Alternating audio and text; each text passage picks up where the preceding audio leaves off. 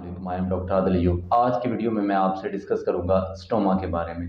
Stoma क्या होता है, इसकी कितनी टाइप्स होती हैं, ये क्यों बनाया जाता है और इसके पेशेंट में आपने एहतियात क्या करनी है। तो सबसे पहले तो आपको पता होना चाहिए कि स्टोमा होता है क्या। स्टोमा जो होता है ये पेट के ऊपर एक मसनूई पखाने का रास्ता बनाया जाता है, जो कि छोटी आंत बड़ी आंत अकॉर्डिंग टू उसके लेवल पे ये हम उसको डिफ़ाइन करते हैं। तो उसके बाद ये स्टोमा जो है वो क्यों बनाया जाता है। स्टोमा जो होता है ये इसलिए बनाया जाता है अगर आपकी जो आंत है वो कमज़ोर है दौरान ऑपरेशन।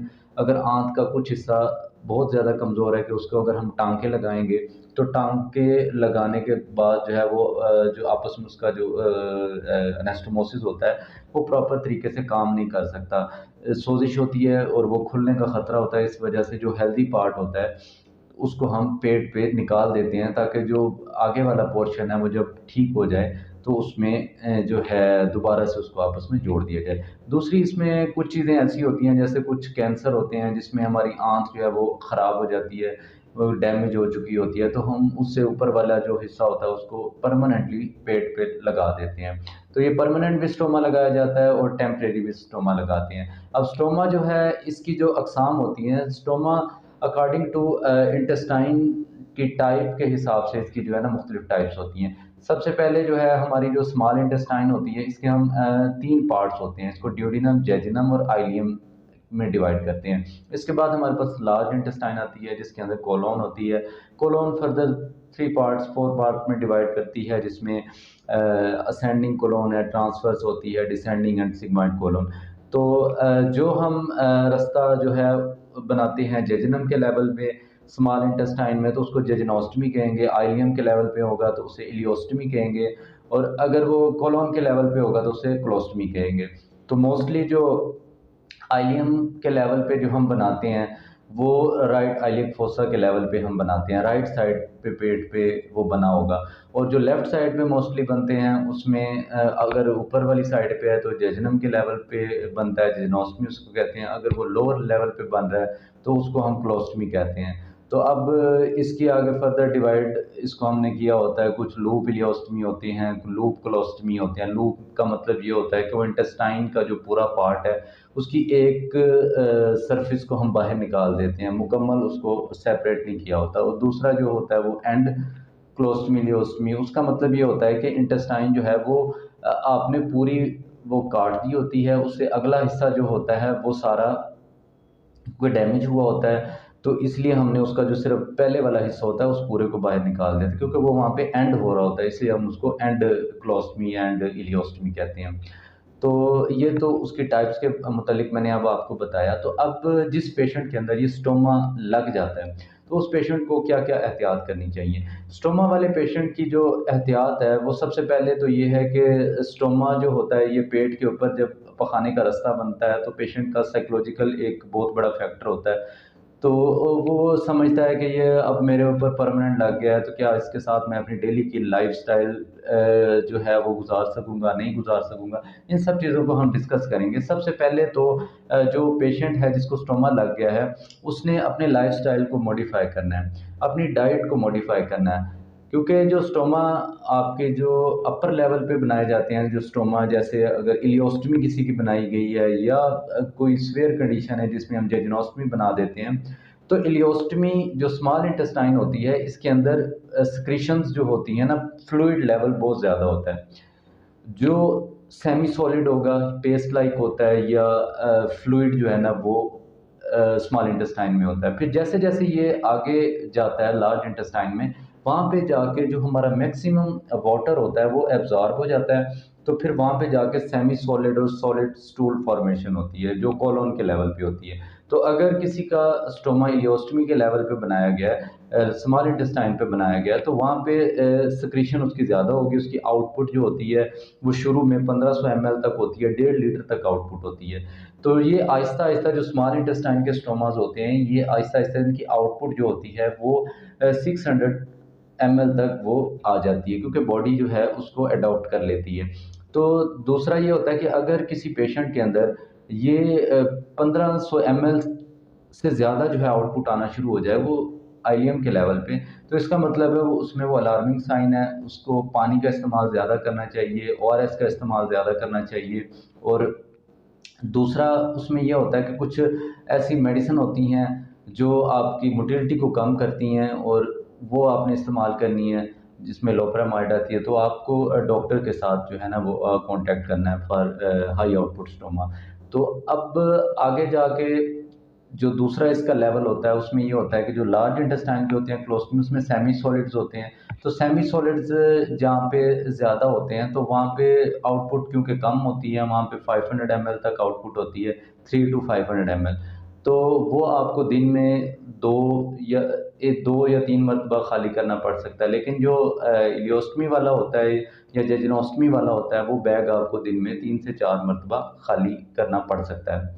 तो अब इसमें अगर कोई ऐसे पेशेंट हैं जिनका इलियोस्टमी बना हुआ है, तो उसने एहतियात क्या करनी है? उसकी सबसे बड़ी एहतियात ये है कि उसने पानी का एक इस्तेमाल ज़्यादा करना है। और जो पहले 4 हफ़्ते होते हैं उसमें स्टोमा जो है अभी मैच्योर नहीं हुआ होता, इलियोस्टमी वाला स्टोमा ख़ासकर। जो लार्ज इंटेस्टाइन है उसमें तो पेशेंट हर तरह की चीज़ें वो खा सकता है, क्योंकि उसके पास पूरा एक प्रॉपर चैनल होता है, पूरी इंटेस्टाइन जो है ना उसकी प्रिजर्व होती है। स्मॉल इंटेस्टाइन अगर किसी की स्टोमा वहाँ पे बना हुआ है तो उसके पास इतनी इंटेस्टाइन की लेंथ नहीं होती कि वो प्रॉपर न्यूट्रिएंट्स जो है और इलेक्ट्रोलाइट्स और पानी को वो एब्जॉर्ब कर सके। तो इसलिए वहाँ से आउटपुट ज़्यादा होती है, और ऐसे पेशेंट्स के अंदर जो है वो पानी का इस्तेमाल ज़्यादा उनको करना चाहिए। और लो फाइबर डाइट जो है ना फर्स्ट 4 वीक में उनको लेनी चाहिए, जिसमें आप राइस ले सकते हैं, चावल ले सकते हैं, खिचड़ी ले सकते हैं। इसके अलावा आप जो बनाना, इस तरह के फ्रूट्स जो होते हैं जिसमें फ़ाइबर की कंटेंट कम होती है, वो आप इस्तेमाल कर सकते हैं। इसके अलावा जो आप प्रोटीन वाली जितनी भी चीज़ें हैं, जिसमें गोश्त हो गया, ये आप इस्तेमाल कर सकते हैं। इसके अलावा आप दालें इस्तेमाल कर सकते हैं। लेकिन आपने फ़ाइबर वाली चीज़ें पहले 4 हफ़्ते में नहीं लेनी, और 4 हफ़्तों के बाद आपने फ़ाइबर इनटेक अपना बढ़ाना है, वो भी आहिस्ता-आहिस्ता बढ़ाना है। अगर फ़ाइबर इनटेक से आपको लूज़ स्टूल आना शुरू हो जाए, लूज़ स्टूल मीन के स्टोमा के अंदर आउटपुट 1500 ml से ज़्यादा आना शुरू हो जाए स्मॉल इंटेस्टाइन में, तो आपको फ़ौरन से हाई फ़ाइबर डाइट को कम कर देना चाहिए। दूसरा, आपको दूध जो होता है वो भी नहीं पीना। दूध के अंदर लैक्टोलोज़ होता है, जो लैक्टोलोज़ होता है वो लैक्टेज़ एंजाइम हमारी स्मॉल इंटेस्टाइन में होते हैं, जो उसकी डाइजेशन में मदद करते हैं। तो लैक्टेज़ एंजाइम की डेफिशिएंसी हो जाती है ड्यू टू एनी रीज़न। तो इसमें अब ये होता है कि दूसरा आपने ऐसी मेडिसिन लेनी है जो आपकी स्टमक में गैस्ट्रिक सेक्रीशंस को कम करती हैं जब आपका आउटपुट ज़्यादा हो जाता है। उसमें आपने जो ओमेप्राज़ोल, राइज़िक, इस तरह की मेडिसिन जो होती हैं वो इस्तेमाल करनी है। और दूसरा जो आपने पानी का इस्तेमाल ज़्यादा करना है, प्रोटीन डाइट लेनी है। तो जब ये वाली चीज़ें आप लेंगे, उससे आपका स्टोमक का आउटपुट जो है वो बेहतर होना शुरू हो जाएगा और आपको नमकियात की कमी नहीं होगी।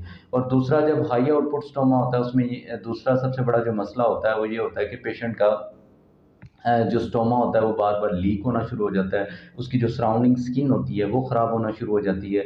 तो जब सराउंडिंग स्किन डैमेज होती है तो उसकी वजह से पेशेंट जो है वहाँ पे स्टोमा बैग से इतना अप्लाई नहीं होगा। जब वो अप्लाई नहीं होगा तो वहाँ पे उसको बर्निंग होगी, वहाँ पे डर्मेटाइटिस हो सकता है, वहाँ पे उसको रैशेज़ होते हैं। तो उस वजह से भी पेशेंट के अंदर जो है ना वो एलर्जी और पेन और इस तरह की चीज़ होंगी, और पेशेंट इरिटेबल हो जाएगा, और उसके लिए स्टोमा जो है बहुत एक अलार्मिंग सेंसेशन बन जाएगा। उसके बाद आपने जो लार्ज इंटेस्टाइन के स्टोमास आते हैं, जो लार्ज इंटेस्टाइन में आउटपुट क्योंकि 200 से 300 ml तक होती है, तो इसमें आप हाई फाइबर डाइट भी ले सकते हैं, हर किस्म की डाइट ले सकते हैं। लेकिन फिर भी जो जब स्टोमा बन जाता है तो नॉर्मल आपका जो बॉडी का जो एक डेफिकेशन रिफ्लेक्स होता है, जो हम जब हम स्टूल पास करते हैं तो वहाँ से हमारे पेट में एक प्रेशर पैदा होता है। वो प्रेशर जो होता है वो उसके ज़रिए स्टूल जो है वो बाहर निकलता है। वो स्टोमा में वो मैकेनिज़्म नहीं होता। तो इसलिए आपको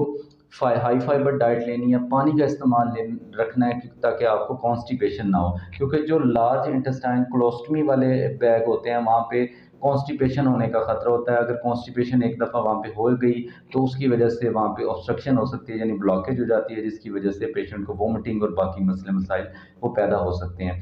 तो आपने कॉन्स्टिपेशन से बचना है और पानी का इस्तेमाल ज़्यादा करना है। इसके अलावा अब कौन से ऐसे अलार्मिंग साइन हैं जो आपको मिलेंगे तो आपने जो है वो डॉक्टर से रजू करना है। तो स्टोमा सबसे पहले स्टोमा के अंदर जो जब नया नया स्टोमा बना हुआ होता है तो वो रेड कलर का होता है। अगर उसके कलर चेंज होना शुरू हो जाए, वो ब्लैक होना शुरू हो जाए, या स्टोमा सारा बाहर आ गया है, यानी कि वो अंदर से बाहर निकल के आ गया है, या स्टोमा अंदर घुस गया, पेट के अंदर चला गया, वापस चला गया है, या फिर स्टोमा की जो इर्द गिर्द की स्किन है वो इतनी डैमेज हो चुकी है जिसकी वजह से स्टोमा जो है वो लूज़ हो चुका है, वहाँ पे वो इंटेस्टाइन जो है वहाँ पे स्टेबल नहीं है। तो इस कंडीशन में आपने जो ये अलार्मिंग साइन है कि आपने डॉक्टर से रजू करना है। दूसरा कि हाई आउटपुट स्टोमा, यानी जैसे कि इलियोस्टमी में 1500 ml से ज़्यादा आपका आउटपुट आना शुरू हो जाए तो फिर आपने डॉक्टर से रजू करना है। इसके ये चाहे क्लोस्टमी बनी हो या इलियोस्टमी, दोनों में जो अलार्मिंग साइन है वो सेम है कि स्टोमा जो है वो बाहर ना निकला हो, और दूसरा ये है कि स्टोमा जो है वो अंदर को ना वापस चला जाए, स्टोमा का कलर ठीक होना चाहिए। अगर स्टोमा ब्लैक होना शुरू हो गया तो ये भी अर्जेंट इमरजेंसी बन जाती है, क्योंकि इसमें गट में इस्कीमिया आना शुरू हो जाता है जिससे गट नेक्रोज हो जाएगी, यानी डैमेज, मुर्दा होना शुरू हो जाती है। तो ऐसी कंडीशन जब हो तो आपने फ़ौरन डॉक्टर से रिव्यू करना है। दूसरा ये होता है, कुछ लोगों में ऐसा होता है कि कफ करने की वजह से स्टोमा की जो साइट होती है उसके ऊपर पेन होना शुरू हो जाती है। जब वहाँ पे पेन होती है तो इसका मतलब कई दफ़ा ऐसा होता है कि पेट से कुछ चीज़ें, जो स्टोमा जहाँ से हमने निकाला होता है वहाँ से बाहर को निकल आती है, यानी हर्निया हो जाता है वहाँ उस जगह का, स्टोमा वाली जगह का। तो वहाँ पे वो गट के कुछ पार्ट्स वहाँ पे आके फंस जाते हैं, आंतों के पार्ट फंस जाते हैं, जिसकी वजह से पेशेंट को पेन हो सकती है। तो ऐसी कंडीशन में भी आपने डॉक्टर से रजू करना है। तो ये जो सारी चीज़ें मैंने आपको बताई हैं स्टोमा केयर के मुतालिक हैं। इसके अलावा मैं आपको नेक्स्ट वीडियो में अब बताऊँगा कि स्टोमा बैग जो है वो हम कैसे अप्लाई करते हैं। और दूसरी जो सबसे बड़ी बात स्टोमा बैग के हवाले से कि स्टोमा बैग स्टोमा वाले पेशेंट को हर 7 दिन के बाद चेंज करना चाहिए, और इसका एक प्रॉपर मेथड होता है, उसको फॉलो करके चेंज करना चाहिए। वो इंशाल्लाह नेक्स्ट वीडियो में हम डिस्कस करेंगे। तो स्टोमा के बारे में ये कुछ इन्फॉर्मेशन जो मैंने दी हैं, ये हर पेशेंट को होनी चाहिए। अगर ये इन्फॉर्मेशन पेशेंट को होगी तो वो अपनी एक अच्छी केयर कर सकेगा, और उसका स्टोमा जो है वो ख़राब नहीं होगा। और दूसरा ये होगा कि वो पेशेंट जो है उसकी जितने भी उसकी जो न्यूट्रिशन है वो बेहतर हो जाएगी अगर स्टोमा ठीक होगा, स्टोमा प्रॉपर वर्किंग में होगा। दूसरा उसका जो है वुंड प्रॉपर हील करेगा। ये जो परमानेंट जिनको स्टोमा बैग लग जाते हैं उनके लिए बहुत अच्छा ये रहेगा कि उनको इस चीज़ का आइडिया होना चाहिए कि उन्होंने क्योंकि लाइफ़स्टाइल गुज़ारनी है।